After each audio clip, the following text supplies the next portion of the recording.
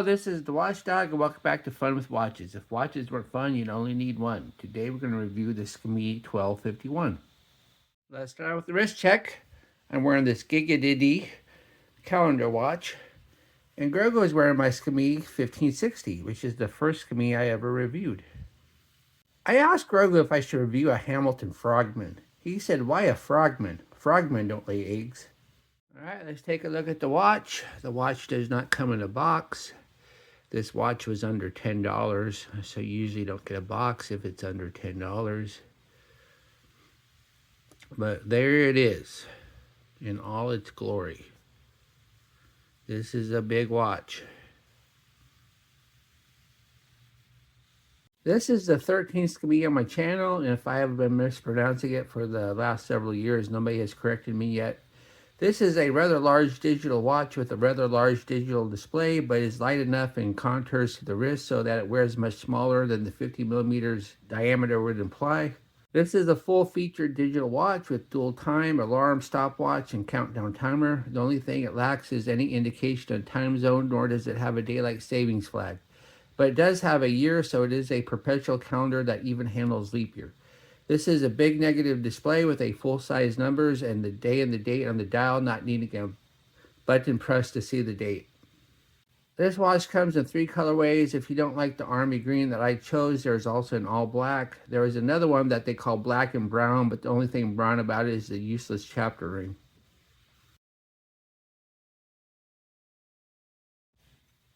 The watch is 50.2 millimeters at the case. And there are no lugs, so there really is no lug to lug. It's 16 millimeters thick, so it's fairly chunky, but it doesn't look chunky just because it's so big. And once again, there's no lug, so there's no lug width. And it weighs 55 grams on the supplied strap. Then the bezel is plastic, and as you can see, we have north, east, south, and west. So we have the compass directions, but you can hardly see them because they're just engraved into the bezel. And then we have a chapter ring, and the chapter ring is completely useless because there are no hands. And if you think, well, maybe the chapter ring is supposed to be part of the compass, well, that's not. If that was the case, it would be 360, but this only goes up to 60. So this is basically a minute-second counter, but there are no minute-second hands, so it's a little useless there. I guess it adds decoration, and that's about it. Then we have the dial. We have a nice big negative display, and we have the day of the week and the month and year on the watch. A lot of digital watches, you have to toggle that, but you don't on this one. What you do toggle, though, if you press this button, it puts it in 24-hour mode. See the little 24-hour there? Of course, this is the morning, so this number doesn't change, but if this was the evening, this would have became a 19. Then if you look really close on the dial, you can see some other stuff, and all that other stuff is not meant for this movement. So I don't know what it's there for. You can hardly see it, so it's not annoying. But like, for example, you have like a little Wi-Fi indicator. Trust me, there's no Wi-Fi on this watch. And then you have like a little alarm indicator, but the actual alarm indicator is up there. It's weird. I don't know why they did that. It's probably some reuse.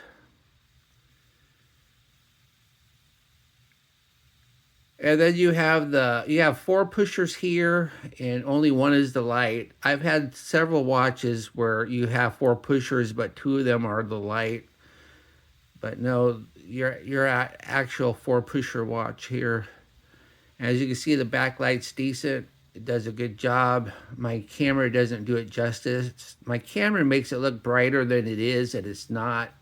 It's a lot more even when you see it with your eyes. This is the mode button. That puts you in alarm mode. That puts you in stopwatch mode. That puts you in the second time mode. And that puts you in the countdown timer mode. And to set it, you just hold down this button and it puts it in set mode. I'm not going to go over all of the features there. They're pretty common, pretty standard, and they work like most. Then we have the Caseback. The Caseback says water resistance 5 ATM, so you get 50 meters here. Gives the model number, that gives you a battery code, which is the CR2032. So when you have to change the battery, you know which battery to get before you open the Caseback. And then, of course, the Caseback is held on by 4 tiny Phillips screws. And I don't know the movement. It's quartz, it's Chinese, and it's cheap, but it seems to work just fine. Not a big fan of the negative display. I really wish it had a positive display. I think they're just easier to read, although a negative display does look nice. But just to contrast here, look at the one Grogu's wearing. Which one's easier to read? I just prefer a positive display. Then we have the strap. As I mentioned before, there are no lugs. It contours to the case, so you will only be able to replace it with a strap from a different watch. And of course, you can't buy them separately. And this watch is so cheap, if you ever broke the strap, you would just throw this away and buy another watch. Then we have notches all the way down the strap, so it will fit whichever size you want. And yes, it's a big 50 millimeter watch, but it doesn't wear big because of the short lug to lug. So just about anybody could wear this. And then we have the buckle, and the buckle has 2 prongs, but they're joined. And there's only one keeper, and it's floating. There's no nibs to keep it in place, and I'm just fine with that. Personally, I don't think plastic or silicone or rubber straps need more than one keeper.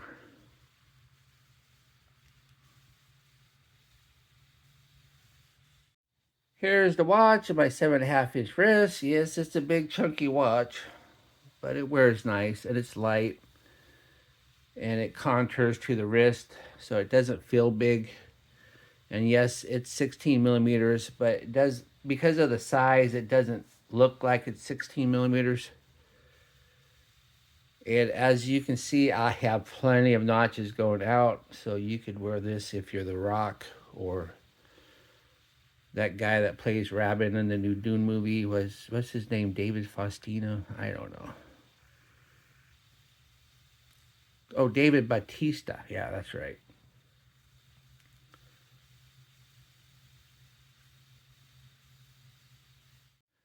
What do I like about this watch? Well, you're getting a full-featured digital watch for under $10.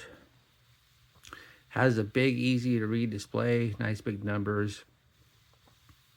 Has a nice, even backlight. Does a good job. And this huge watch wears smaller than you would think just because of the way it contours to the wrist. And you can see the day and the date on the dial without having to toggle it.